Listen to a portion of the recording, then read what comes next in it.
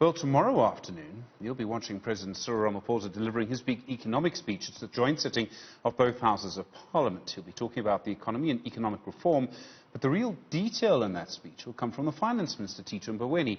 He's due to deliver his medium-term budget policy statement. It was going to be delivered next week, but late yesterday it was confirmed that Mboweni's asked Parliament if he can postpone his speech until the end of October. Annabel Bishop is the Chief Economist at Investec. Annabel, good afternoon to you. From what I can see, we don't really have all the reasons as to why the Finance Minister is asking for this delay. Yes, that's right. Although I suppose there probably will need to be an effort to dovetail the budget to the President's speech, and perhaps there's been some changes in the President's speech. I mean, does it suggest, and I hate to bring this up, but does it suggest there's some argument or contestation or problem in the background? Not between the two of them, I don't think. But I think, the reality is that South Africa's government finances are in such a poor situation. We now obviously have to go back to a zero-based budgeting, which means obviously a clean spreadsheet and reallocating amounts to all the different departments and areas.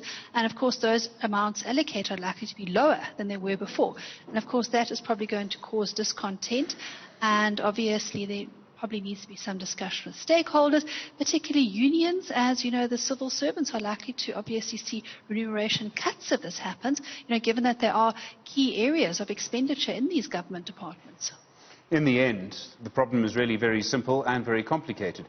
There is more demand for spending from government, more demand than ever for spending from government because of the impact of COVID-19 and the impact of the lockdown that it caused. And government, of course, has less money, perhaps than ever before, to deal with it. Well, that's exactly the situation. Of course, the real key issue here is that we have elevated our borrowings so substantially from a debt projection perspective and, from what's going to happen this year, that the credit rating agencies are likely to downgrade us. And, of course, foreigners have been disinvesting from South Africa. South African government debt has become less interesting. People don't want to hold as much as they used to, and bond yields have risen.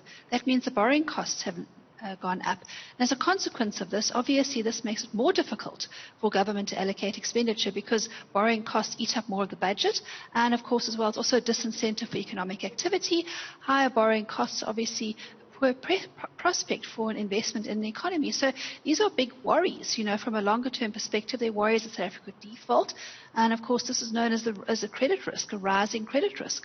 There have been several reports about suggestions coming from the President's Economic Advisory Council. Business Day this morning reported that the Council believes the Treasury is wrong to focus on debt and that government should not follow a path of austerity. Austerity would be where you cut spending, you cut government spending, and you focus on paying back debt.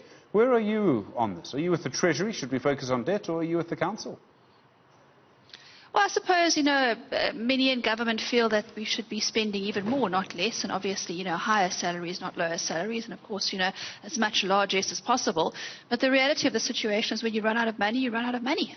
And, if we want to actually continue as a country, we need to be sustainable. I mean, that's, pretty obvious. And we are borrowing money hand over fist, over 2 billion a day, almost up to 3 billion a day, just to pay all our costs, and the bulk of these costs are current expenditure. It's not money that creates economic growth, and that of course is your items that are not part of fixed investment. The other report was about wages for public workers, and the claim that the Council is suggesting they use the word iniquitous, I think they mean unfair or unjust, to fully insulate government workers from the pandemic, but to not fully insulate the private sector or the informal sector. In other words, they're saying it's wrong to continue with wage increases for public sector workers. I suspect that some people are going to agree with the Advisory Council on that one, but the unions are not. Well, the reality of the situation is that we're in a national state of disaster, and monies have been removed from government's revenue this year because of the economic lockdowns. Government doesn't have money to pay the salary and wage increases.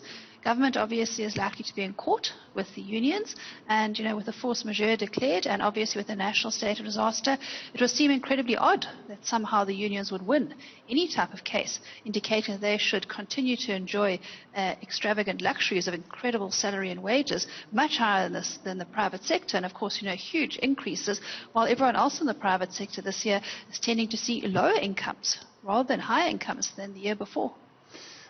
There's obviously been such big conversations, Annabel, you and I have had this conversation for some time about whether there'll be economic reform. Is tomorrow the moment when it starts, the President's big speech? Golly, you know, we've been waiting for 2 years for this. You know, 2018, the expectation certainly was we'd see fiscal consolidation, we'd see economic reform. And I suppose, you know, there's an argument there has been some economic reform, you know, but certainly most recently we've obviously had a situation where the 2019 IRP is being now finally enacted, you know, obviously legislated. And of course, the situation is very much one where we are short of electricity, and this can only be positive news, gaining, you know, more electricity onto the grid from independent power producers. But obviously a lot of other reforms that need to happen as well. You know, one wonders why Spectrum wasn't done 2 years ago. Well, we know the reasons. But I mean, the reality of the situation is that South Africa has become so beholden to special interests, corruption, looting, and all the other huge problems that we have faced in the past, that it's actually become incredibly difficult to actually move forward with any type of reform. And this political opposition has had the root in these issues. So yes, we need to see political reform implemented more rapidly and quickly, and in particularly National Treasury's development, you know, growth plan. In the absence of this, we can't perhaps fail to understand why we are not having fast economic growth and employment. So, you know, South Africa has been very beholden to small secular groups of special interests, and that is one of the key reasons why we haven't seen fast economic growth take hold of the necessary reforms to achieve that.